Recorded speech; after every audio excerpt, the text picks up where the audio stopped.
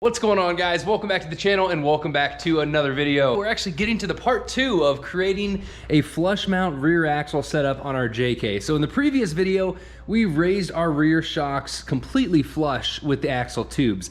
And in this part, we're gonna raise our control arms flush on the axle tube, and we're gonna raise them flush with the frame as well. We're gonna try to keep some of the good suspension geometry built into all of this while maximizing our off-road ground clearance. To make all this possible and honestly try to make it as easy as possible, went ahead and picked up a set of high clearance brackets from Outta Hand Fabrication. This is the same company that designed the cross member reinforcement brackets for the JK. I installed those a few videos back, and it's awesome seeing a company continuously coming out with new products and new designs for the JK. But what we have here is a JK specific lower control arm frame mount. So it's completely flush. Here's a bracket right here, 1/4 inch HRPO, hot rolled, pickled and oiled. So that's the tech specs for you. But this is going to be extremely flush mount with the frame, and it's gonna hug it extremely tight. So this is a pretty neat bracket. And of course, we also have their lower control arm flush mount brackets. We have a set of Barnes 4-wheel drive Heim joints, enduro joints, and almost everything else we need to redesign the suspension on the rear end. Now, this is not to say that my current setup isn't good. I've been running this Barnes 4-wheel drive DIY 3-link kit for what, 3 or 4 years now, and it handles amazing, both on-road and off-road. There's been a few times where the brackets did hold me up from an obstacle. They would rub a lot, but for the most part, I was able to power through a lot of them. There were only a certain few scenarios where it actually stopped me from making a climb. But with that being said, I think moving them up is going to be an amazing upgrade. We'll get a ton of ground clearance, but there is one realistic thing we have to make sure we think about. This bracket is flush with the belly of the JK after we add a fuel tank gasket. Now, on the driver's side, it looks like it hangs really far down there, but you're not seeing the gas tank. So overall, we're not gaining any more ground clearance, but there are certain situations with off-road rock crawling, there could be a big rock here, and I would just be hitting that. Where if we had it raised up and the control arm going flush back on the axle, we're gonna have a lot more ground clearance right here so our tire could get on the obstacle. That's a lot of ranting. Let's get under the Jeep and start removing these old control arm mounts.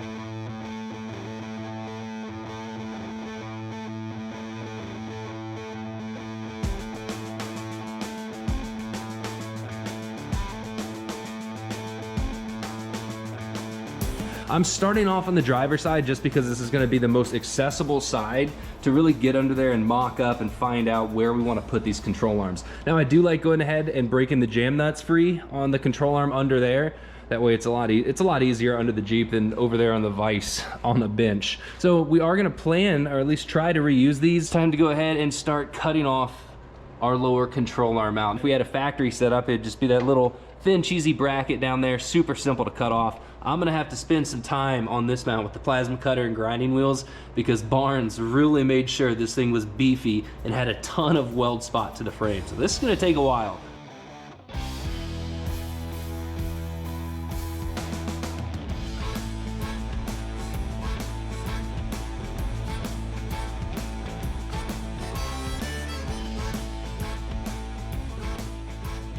After quite a bit of grinding and plasma cutting, our old control arm mount is gone, and it's time to take a look at the new Outta Hand Fab high clearance mounts. So this is gonna sit just like this, as you can tell. Now, in my case, I did have the Barnes 4-wheel drive, that big frame tie plate welded on right there. And that's kind of what this mount already has incorporated onto it. Now, in my case, I don't wanna cut these. I'd rather just leave the extra 1/4 inch of steel in place, just for a little more structural support, and plus cutting these would really suck. But at this point, all we'd have to do is cut this hole out a little bit bigger, because that's where our nut's gonna sit in there. You can either use a 1.5 inch hole saw, or just try to plasma cut it out. You have our alignment tab right up in there, so it tells us where to make that hole. So we're gonna cut this. We also have to cut our body mount from right alongside the washer here, across and down on both the front and rear. And of course, we're gonna go ahead and remove our factory rear upper control arm mount. In the past, with the arms down here, I had no problem with the up travel hitting those, but with this arm sitting up higher, we're gonna have to chop all 3 of these.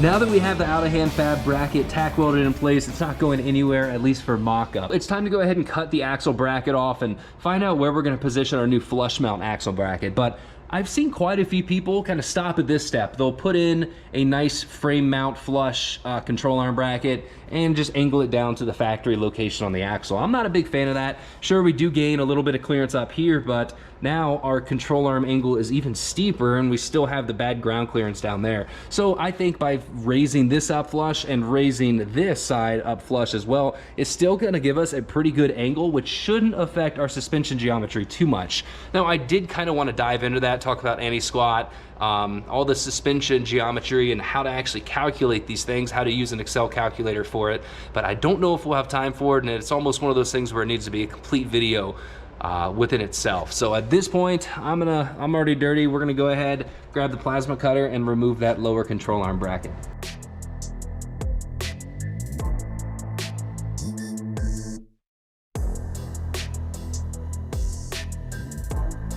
I went ahead and cut the old brackets off, got it all cleaned up, and started playing around with where we're gonna locate this lower control arm. I'm still not happy with it yet. We're gonna do some fine tuning because not only do we wanna keep it nice and flush, but we also have to battle this 14 bolt caliper that sits on the front side of the axle. So if we had a rear caliper mounted like axle setup, we could bring this lower control arm out as far as possible, and that's what we're shooting for. We want to have it kind of at an outward angle, so we want to bring that lower link mount out as far as we can, and I think I've kind of got it set up as far out as I can.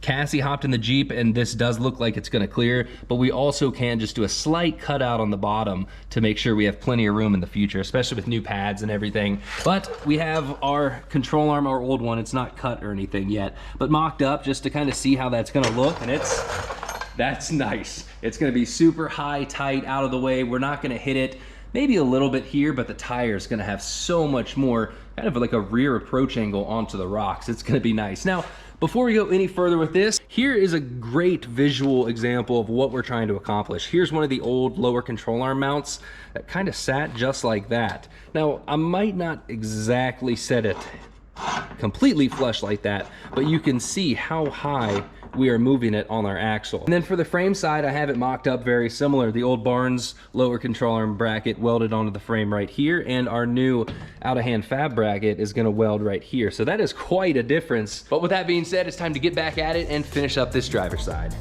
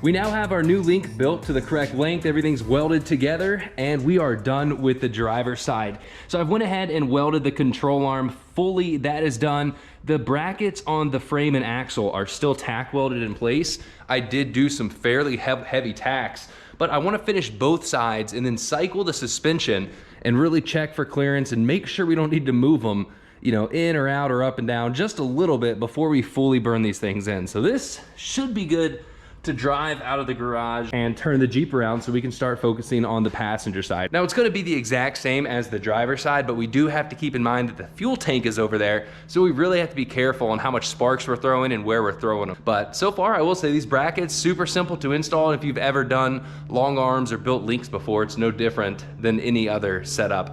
You know, I was able to reuse my Barnes lower link. I just cut about 3 inches off, put a new tube insert in, and finish it up. So that cut down on costs. You know, we did shorten the lower links about 3. Actually, I have it right here.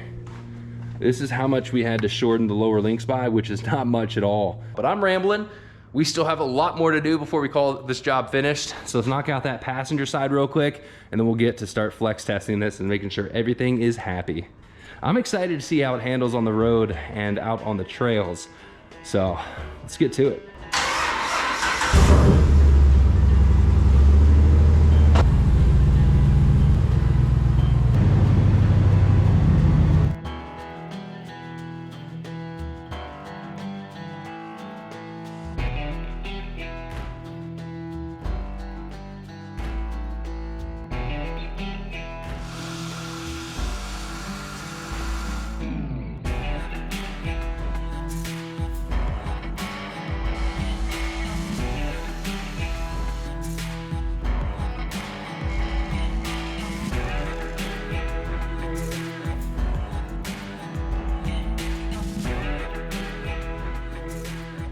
Back in April at Easter Jeep Safari in Moab, the JK actually had a rear brake line failure. It didn't overextend, it didn't rip, it just developed a small pinhole leak on the driver rear. Now luckily Connor from Barnes 4-Wheel Drive had a spare brake line, but it was for a TJ and XJ front brake line. So we weren't sure if it was gonna fit, but it turns out it did, and it actually complements the 14-bolt axle really well. So the issue we're dealing with is the JK brake lines actually have a loop right here at the fitting, and since we're raising our control arms, that's gonna hit it now. Most of your aftermarket JK is gonna have this little loop on the rear, which we can't use anymore.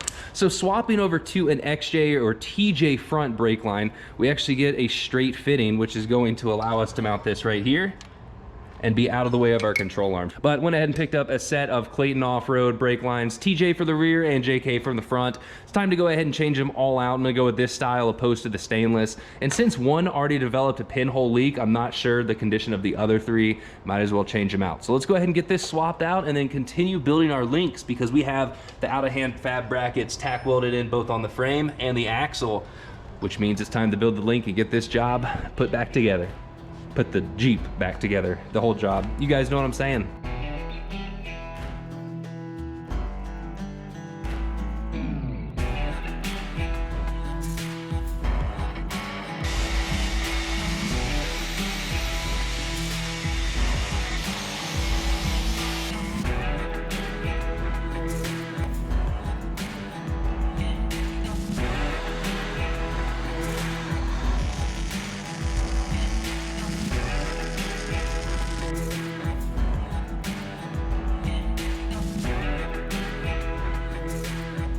With everything in place, the suspension cycled, it is pretty clear that this setup is gonna work. We have tons of clearance, everything looks like it's gonna be happy, which means all we have left to do is to fully weld in both brackets on the frame and the axle.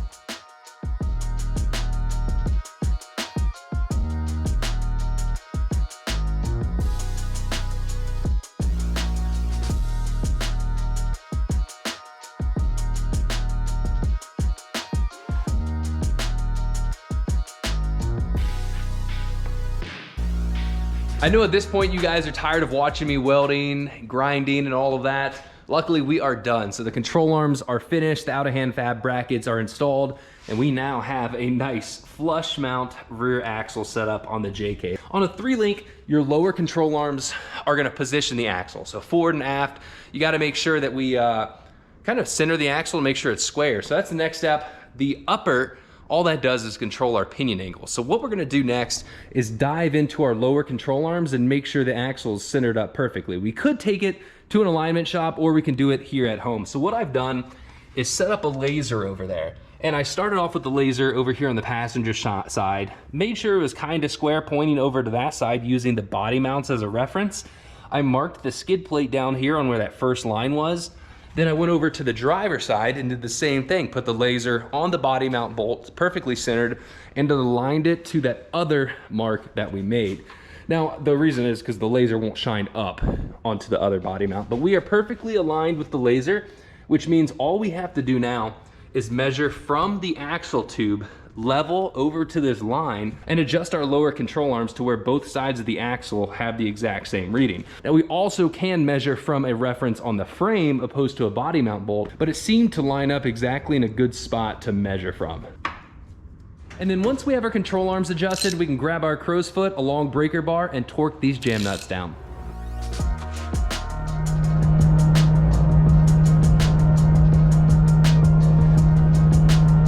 All right, let's do a real quick mild acceleration just to see, you know, if it raises up, dips down, what it does.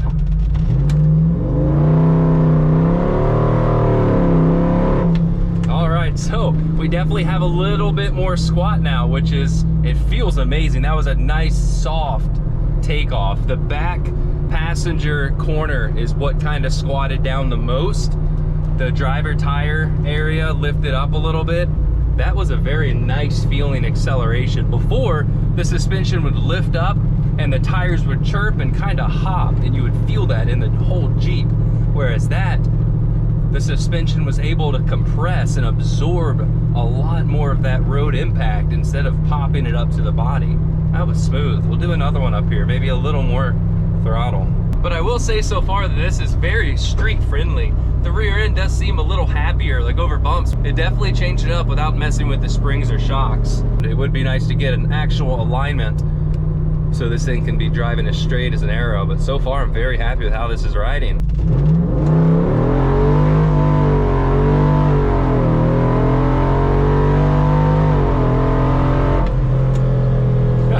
Very controlled. Wow.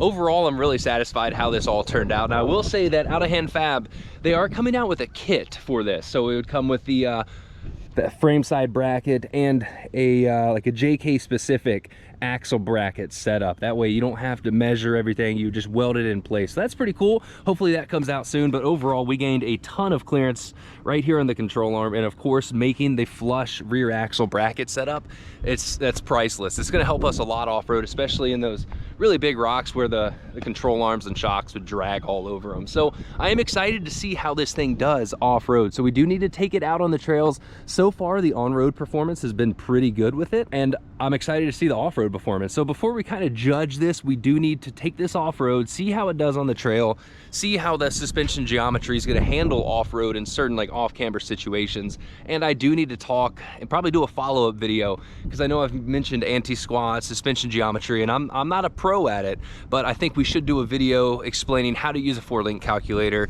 where to measure on the frame to plug those numbers in, and what do those numbers mean, and how does it translate for on-road and off-road driving. So this was one of the last big projects for the JK. You know, we have a ton of stuff in store for the 2-door build.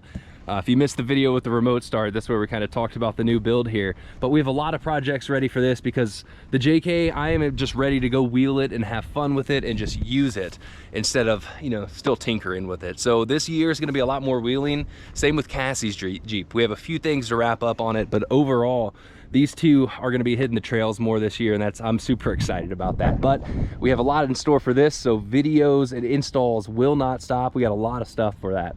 I think I said that 12 times. But I am happy with this axle bracket setup. For anybody out there building a JK, whether you're starting with, you know, your JK axles or you're up to 1 tons, getting that extra ground clearance is pretty beneficial. Thanks for watching, guys. I will see you later. Like always, give the video a thumbs up. If you have any questions, go down to the comments, and I will see you guys later with another Jeep video.